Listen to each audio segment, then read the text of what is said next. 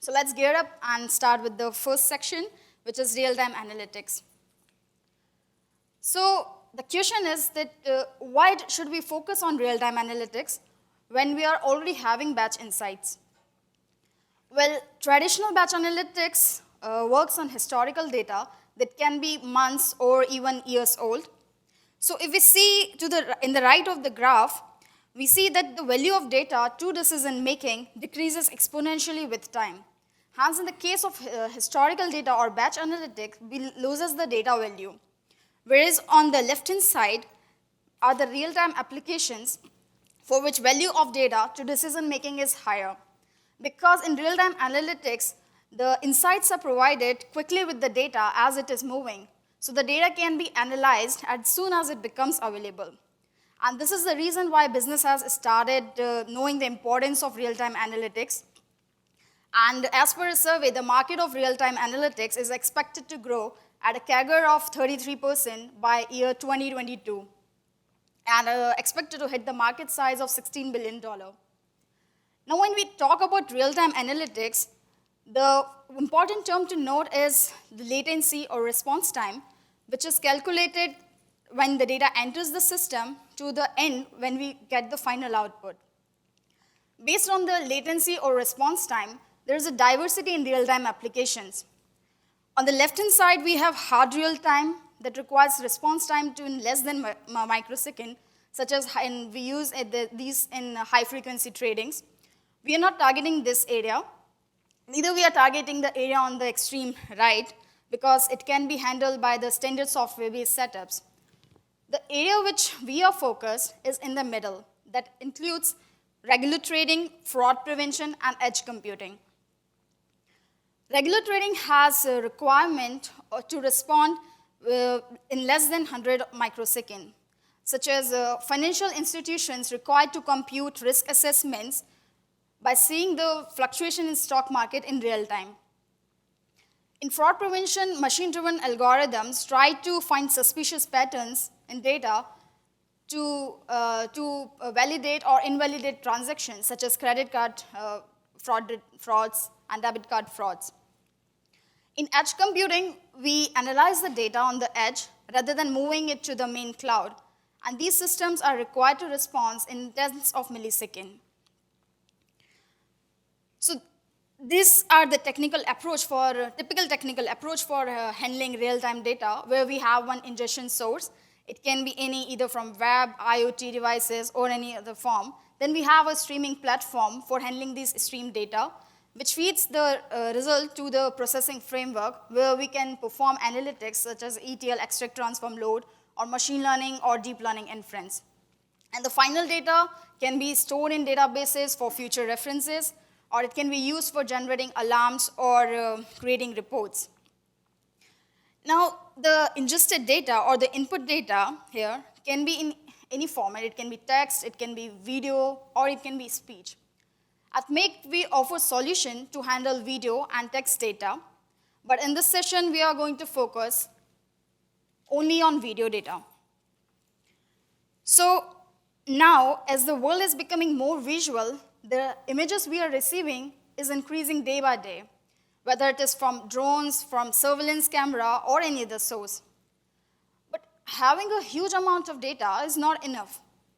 The key to the data is what intelligence or insights you can get from it. And video analytics solutions focuses on extracting relevant information from the video streams, such as detecting object of the interest in real-time object detection, or preventing someone from doing misscans at self-checkout counters in fraud prevention. So the adoption of such solutions are increasing day by day because of increase in computational power and relevant amount of data. Now, having said that video analytics impacts business by a great extent, let's see how these video data can be handled. The main phase included in the real-time video analytics are ingest, transform, and infer. In ingest phase, we receive video streams from the data source, like IP cameras or surveillance cameras. Then in transformation phase, we decode the received video packets and performs image transformations such as rescaling or resizing. And then in the final interface, we use either machine learning or deep learning topology for extracting relevant information from that image data. Now coming to the second section of this talk, let's see that what are the CPU or software-based solutions for handling real-time video analytics. This is the high-level architecture of the pipeline which we implemented in order to benchmark between CPU only and the CPU plus FPGA based pipeline. So here, all the three phases, that is ingest, transform, and infer, are performed on CPU. And we can split this pipeline in two stages. One is responsible for decoding and the other for image classification. So in the decoding phase, we receive the video streams from RTSP client. And in the transformation phase, we perform video decoding and image transformation using Java CV library, which is a wrapper around OpenCV library. And the extracted image data is then sent to a microservice, which is a part of our solution stack and which acts as a data collector. And then we have the image classification service, which is responsible for doing the deep learning inferences on it. We'll drill down in the transform and infer phase more, and we can skip ingest phase over here because it mainly involves reading data from sources. So the transformation phase is concentrated more on image frame extractions and performing image transformations. For this, we use Java CV library. It is an OpenCV library, wrapper around OpenCV library. And here, with the help of Java CV, we decodes the H.264 encoded packets and extracts the image frame and then performs the transformation. The output of the Java CV, which are extracted image frames, are sent to our persistent Megh microservice, which acts as a data collector over here and provides a thin buffer to the Spark application. In the inference phase, this image data from microservice is read into Spark environment. And then finally, the processed image data is fed to the deep learning topology. So here, as we were dealing with real-time analytics applications, we wanted this phase to be optimized. And as we are using Spark over here, we have to decide between the two APIs provided by Spark for dealing with stream data. That is the DStream-based API and the structured streaming. We decided to go with structured streaming because the structured streaming API is based on data frame and dataset API and is very easy and efficient to use because it has the efficient encoders for effectively handling the serialization and deserialization. And using this, the user is only required to write the query and plus mention the input source and plus some options as the other options. And then the system internally runs the query incrementally. And with DStream-based API, the problem of back pressure, for handling that problem of back pressure, you were required to tweak various parameters. But in case of structured streaming, it is handled internally. The second parameter is regarding consistency.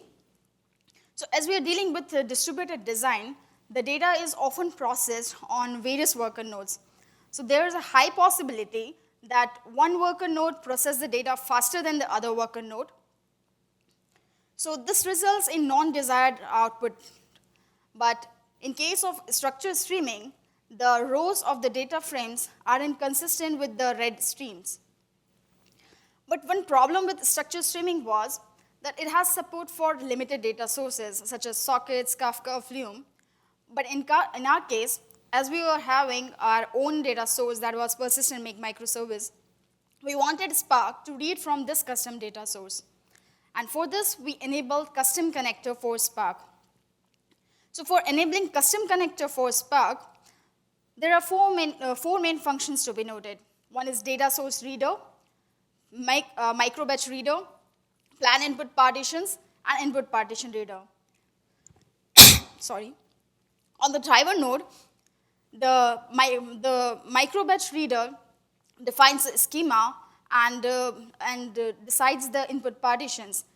The plan input partition readers has information regarding creating the partitions, And this information is sent to the worker nodes, where the input partition reader reads the data based on the configuration sent by the driver from the Megh microservice, which is already running on those worker nodes. And once data is read into the partitions, the worker sends an acknowledgement signal back to the driver for stating that the data has been successfully read. And the number of records read by the worker node, we can restrict it by providing the properties in the driver side. So this helps in reducing the back pressure on the data source. Now, in order to make changes in the code side for enabling structure streaming to read from your custom data source, the only change we have to do is just mention the custom data source from which you want to read in the format, and then provide the options for activating that data source in the options category. So now when the data is being read into Spark environment, the next step is to perform deep learning inference on it.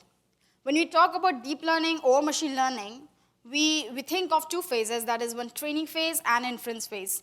We'll only concentrate on inference phase as we want to target the deep learning inference phase. So now this image data is passed through various deep learning topology. It can be TensorFlow, Caffe, PyTorch, or BigDL. We have support for all these topologies, but we'll concentrate on BigDL in this session. So when the image data is passed through these topologies, we get the final inferred labels. Now, as we were having two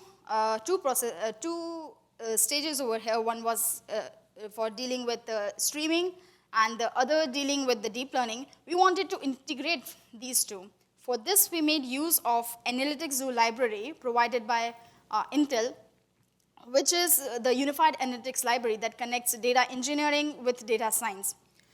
And for performing image classification, we used pre-trained SqueezeNet quantized model, which is a lightweight model trained on ImageNet dataset and based on CNN architecture. This is the UDF function performing the image transformations and predicting the class using BigDL or Analytics Zoo. So here first we broadcast our models files, label files, and the transformation steps to each worker node. And then the received image data is converted into the inbuilt Analytics Zoo type, which is image set or image feature. And then finally we perform the predictions with the model which is already loaded in the memory. So this is how we implemented the pipeline on CPU only. And coming to the performance of this pipeline, we tested this pipeline on a cluster with one worker node having Xeon Bronze processor. And the video resolution was 1080p, which is full HD video. The throughput which we achieved is around 22 FPS. And the latency measured is greater than 250 milliseconds. Now, the throughput number over here depicts that the CPU-based solution is able to handle only video streams from single camera feeds. And apart from this, there are various other challenges. Let's come to that. The first challenge is regarding the latency. So latency provided by CPU-only solutions not always meet the real-time requirement. And the throughput provided by these solutions does not scale linearly with number of nodes. And these two challenges lead to the third cost, which is a higher increase in TCO, that is total cost of ownership. So as we saw that the CPU-based solution is able to handle only feeds from single channel or single camera. So in order, if you want to scale up our solution, and if you want to handle the more amount of volume of data because of increase in the input feeds, we are required to scale up our solutions and add additional nodes into the infrastructure, which results in the higher cost of overall setup. Now, how these challenges can be addressed? So, where software is not able to meet the requirement of real time, hardware steps up. Hardware accelerators can be seen as a possible solution to address all these challenges. And this is where FPGA comes into the picture. At present, we are more technologically advanced than ever. and we have seen evolution of computing power over decades. At Megh, we see this evolution of computing power in terms of three waves. That is first wave of computing, second wave of computing, and third wave of computing. What exactly is this? First wave of computing started with adoption of CPUs in data centers. Now, CPUs being general purpose architecture are limited by its processing latencies. So it's often seen that they are not able to provide the latency that can meet real-time requirements, as we have already saw the performance of the CPU-based solution. Second wave of computing started with adoption of GPUs in data centers for training complex deep learning models. Now, GPUs, while capable of high throughput, are also high latency processor, because GPUs are more geared towards batch processing rather than low batch processing, because in real-time analytics, we handle the batch sizes of 1. So in case of GPU, higher the batch size, better the throughput numbers we get. Also in GPUs, there is no current support for processing the data inline across various pipeline stages. This results in inefficient resource utilization when we try to scale up our solution. One more concern about GPU is that its dependency on CPU.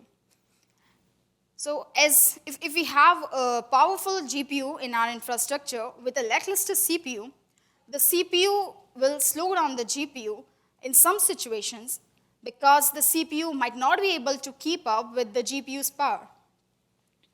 And that is why there is a third wave of computing infrastructure which is underway in the data centers for handling real-time workloads to support real-time streaming and deep learning inferences. It makes use of FPGAs, which are specialized hardwares that can support streaming plus deep learning. So FPGAs are preferred hardware accelerators for real-time analytics because the computation requirement of real-time stream processing maps very well to FPGA. FPGAs have inbuilt network interface card so that data can directly enter into FPGA and can be processed inline. It also offers us deterministic latency. So let's discuss a brief about FPGA. These are the two vendors providing FPGA cards, which is Intel and Xilinx. We support both of them. FPGA stands for Field Programmable Gate Arrays. They are customizable hardware that can be attached to PCI slots and can be reprogrammed. They have direct I/O for ingestion, meaning that it can be directly connected through Ethernet or optical cables to data source, and the data can directly enter into FPGA and can be processed at line rates all inside the FPGA. So the FPGA cards which we are using right now, that is Area 10 provided by Intel, can sync in data up to 40 gigs. And FPGA's architecture is in such a manner that it has very good support for parallel processing. So we can deploy highly parallel architecture on FPGA. So now let's see that how heterogeneous CPU plus FPGA based approach can accelerate real-time video analytics application. Here's the architecture of the pipeline. Now here it's almost similar where we're having all the three phases, but the difference is now all the three phases, that is ingest, transform, and infer, are processed on FPGA, and CPU remains almost idle. So the workload of CPU is being offloaded to FPGA. Here, decoding tasks are performed on one FPGA, and deep learning inference is performed on the second. So when we receive the UDP packets, it is being decoded and image frames are extracted and then passed to the second FPGA for performing deep learning inference, where we have already offloaded the deep learning primitives like convolution layer, softmax layer, which gives us the final inferred labels. And the final inferred labels are sent to the CPU at the end. The performance which we achieve from this pipeline is the throughput number which we achieved was around 240 FPS, which is almost 8 or 10 times greater than what was achieved with the CPU-only implementation. The latency measured was less than 100 milliseconds. For the same video specification, and keeping the infrastructure static, that is cluster having one worker node with Xeon Bronze processor, but just adding 2 Area 10 FPGA cards into it. The distributed configuration also remains almost similar, where we have data coming inside the worker nodes in the CPU-based pipeline, and then all the decoding and deep learning stuffs were performed. In case of FPGA, we have similar thing, but the difference is now the data first enters FPGA, and when the data is processed inline and the final inferred labels are sent back to the executor nodes through ARCA layer. Now, the problem with FPGA is it's very complex to program because it requires a special expertise to reconfigure and program FPGA using hardware description language such as VHDL or Verilog. At Megh, we provide a unique approach for handling this thing so that we can offload the entire pipeline, starting from data ingestion and ending up to the inference, final inference. And we provide a product architecture that can reduce the complexity of programming FPGA. Our product architecture consists of 2 main components, which is Syrah Shell and ARCA runtime. Syrah Shell is hardware abstraction layer that maps the decoding and deep learning tasks to FPGA. ARCA acts as a mediator between software and hardware layer and is responsible for monitoring the communication between 2 FPGAs.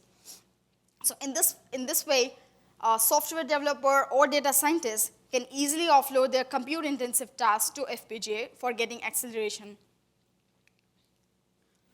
Now, the last section of this session is let's benchmark between the 2 applications. First benchmarking is based on the throughput numbers. So we saw that the CPU-based pipeline, when we are using Xeon Bronze processors, was able to provide us with 22 FPS. While switching to the CPU plus FPGA-based approach, the same infrastructure, just adding 2 Area 10 FPGA cards, can provide us 240 FPS, which is 10 times greater to that what is provided by the CPU-only configuration.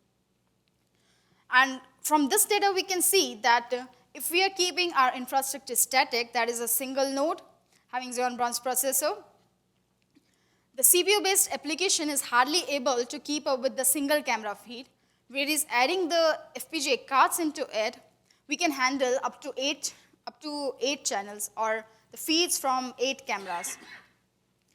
This drives us to do a cost comparison between the 2 implementation. So if we want to keep the the same throughput with the CPU-based pipeline, we have to scale up our solution and go for a higher-end processor. So in case if we want to achieve 240 FPS with CPU-based implementation, we have to go with 2 Xeon Platinum processor, and the cost comes around $60,000. While using the heterogeneous approach, we saw that a single node having FPGA cards in it can provide us 240 FPS.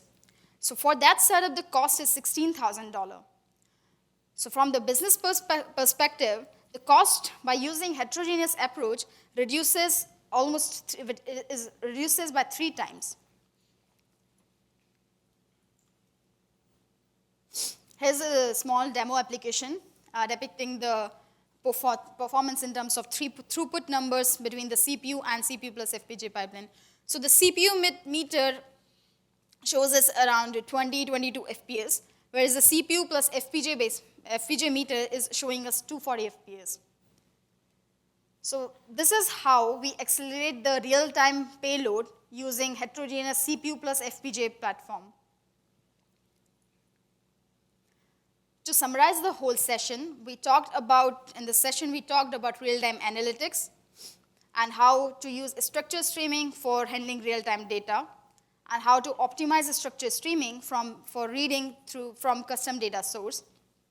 And then we discussed that how real-time video analytics applications can be accelerated by switching to heterogeneous CPU plus FPGA-based approach, because in the heterogeneous approach, we offload the entire pipeline to FPGA so that it decreases the end-to-end pipeline latency.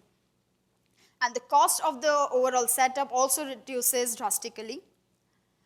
The main part to note is that the complexity of programming is mitigated by the product architecture provided by Megh.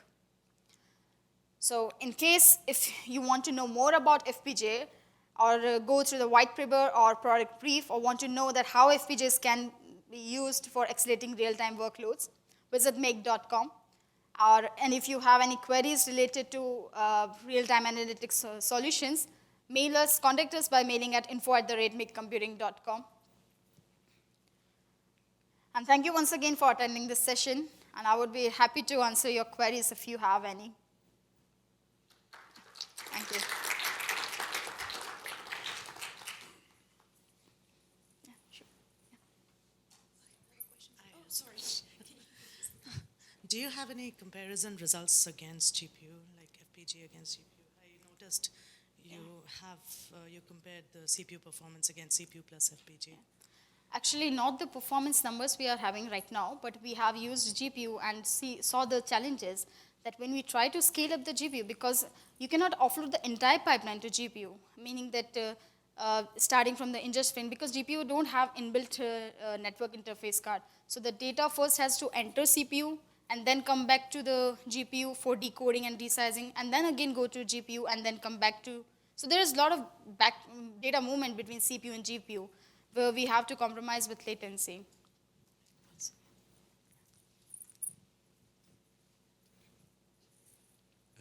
Did you analyze the benefits of FPGAs for the pure inference scenarios? Basically decoupling the two tasks that you have is ingesting the video and the inference, and were there any uplifts when using FPGAs for just pure inference?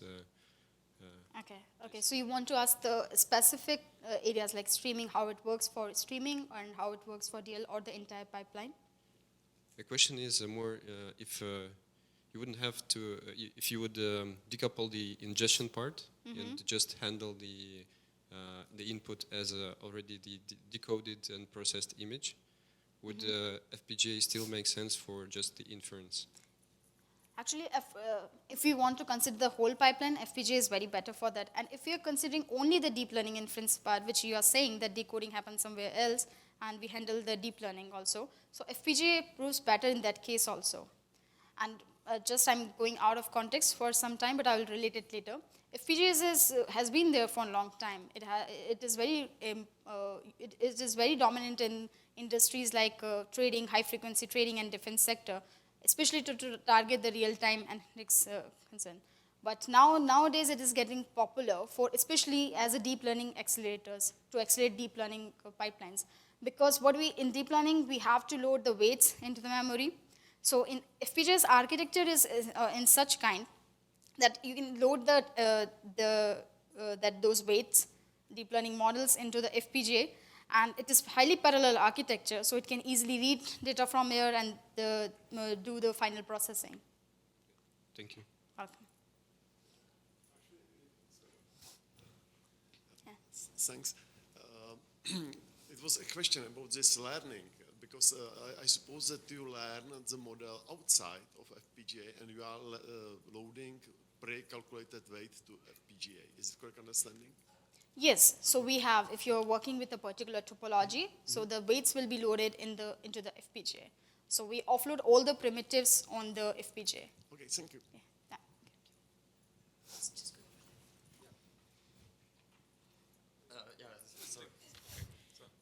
Hi, thank you for the talk. I want to ask you if you have any experience with the FPGAs on cloud providers, or if you're running only on-premise solution. No, actually, this is an interesting question. And we support for on-premise and for public and private clouds. So in terms of cloud, we are going to use the AWS F1 instances. So AWS provides FPGA services with F1 instances. So we are likely to move there also. And it depends on the customer requirements, whether they want to run on-premise or they want to run on cloud.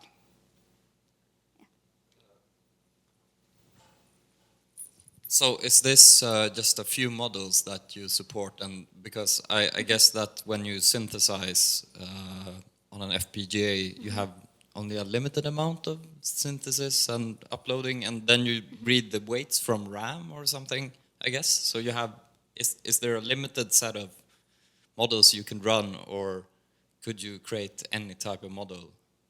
Okay. So first, we are not focusing on the training part. But second, you are asking about the flexibility of models. So suppose if you don't want to go to SqueezeNet rather than go to ResNet models, so how flexibility to use? So right now we have offloaded the TensorFlow light primitives on the FPGA. But if you want to go for another topologies, we have support for this, because in that case you have to just load that particular weights in the FPGAs. So that support we have. We are flexible regarding the topology. I think she was having. It's a follow-up question from what he asked about excluding the ingestion and other thing, like just focusing. First focusing on deep learning? Yes. Okay. So I would be interested in knowing if you have performed any analysis of how FPGA would perform as opposed to GPU, because there are certain restrictions on FPGA being able to perform on the floating point operation, like performing floating point operations, right? GPU is supposed to, like, one example is GPU performs much better when it comes to floating point operations, which makes it sometimes better for image classification and other sort of. Actually, I would like to correct you. Yeah, I mean, your question. okay. Yeah. FPGAs are most suitable for floating point Oh, I conversion. see. So the model which we use is the for floating points Oh, I numbers see. only. Okay. So we have right now in the implementation which we have performed, the decoding past is taking around 40-50 milliseconds, and deep learning inferencing is very much fast. So and right now we have done for the image classification. But if you go to the more like text analytics and use RNN and LSTMs, that will prove much better on FPGA rather than on GPUs. Because in GPUs, in RNN and LSTMs, you are required to store temporal informations, and FPGAs are better for storing that temporal informations and perform the whole processing inline. All right. Thank you for the clip. Thank you.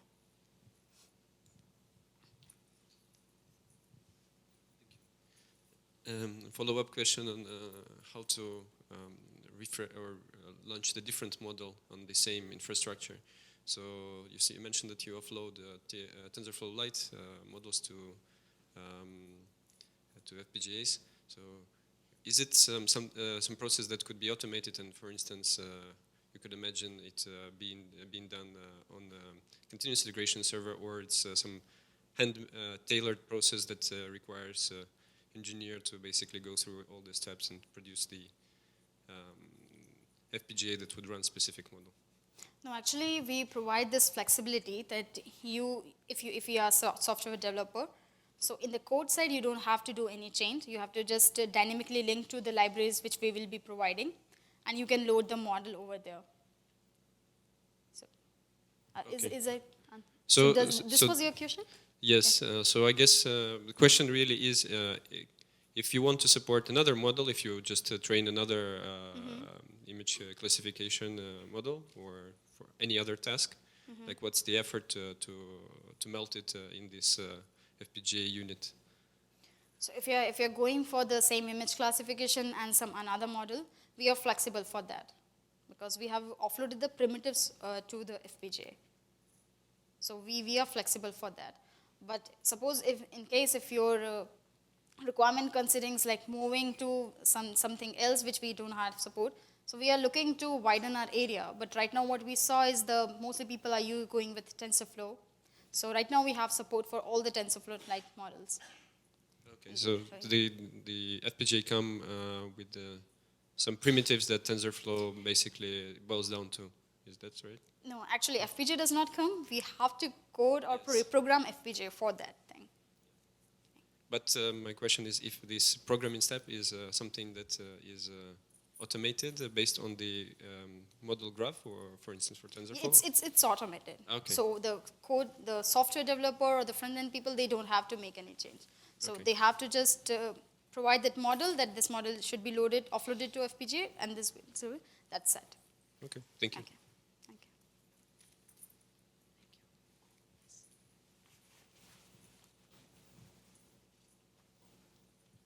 Thanks for the talk. I have a very similar question with the previous. Okay. And then the question is try to understand things like Verilog, and they are all very low level. As you mentioned, it's very difficult to programming. And you also mentioned that you have one layer of provided abstraction, Yes. or another layer of the. I'm curious about how this layer look like. Do you have any specific API? What's the language look like? Okay. Okay. So actually, this is more our IP. So I would not be able to answer the properly that how does it functions. But I will give you a brief idea that how does it performs. So suppose we are having this deep learning primitives. We offloaded let me go to the slide first.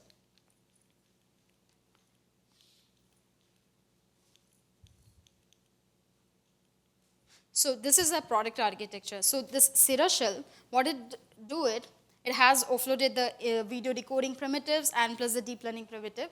So your data, so when video streams are coming, it directly enters this shell, and the all decodings like first analyzing the UDP packets received, and then doing the decoding and resizing. Then it goes to the inference layer where we have offloaded the primitives such as convolution layer, ReLU layer, and so once it goes through it, the final inferred labels are sent to the software, but it is sent to the software layer through a ARCA layer library, which is embed. So we provide these two solutions. So if we are having a code for deep learning and these video streaming, we provide these libraries. We have to just install this and dynamically link our code to this, and provide a mode that like hardware accelerators as FPGA to use these libraries. So the layer of the API between these two, you are not exposing. What you are exposing is that it is a type of models you supported. If we want to use, then we're using this layer of abstraction. It's not the abstraction on top of FPGA directly. No, that's correct. We have support for big DL topologies, also TensorFlow. So the software layer has to remain intact. It will not change. So based on that software layer, we provide the hardware abstraction. So that's the thing we do. So right now we have more support for TensorFlow, but if you want to go other topology like Caffe or PyTorch, and in future we are going to do this thing that the top layer, if you want to change the topology before offloading to FPGA, it will be converted into a IR and then offloaded to FPGA, so that we don't have to do any changes on the code side. All right, thank you. Welcome.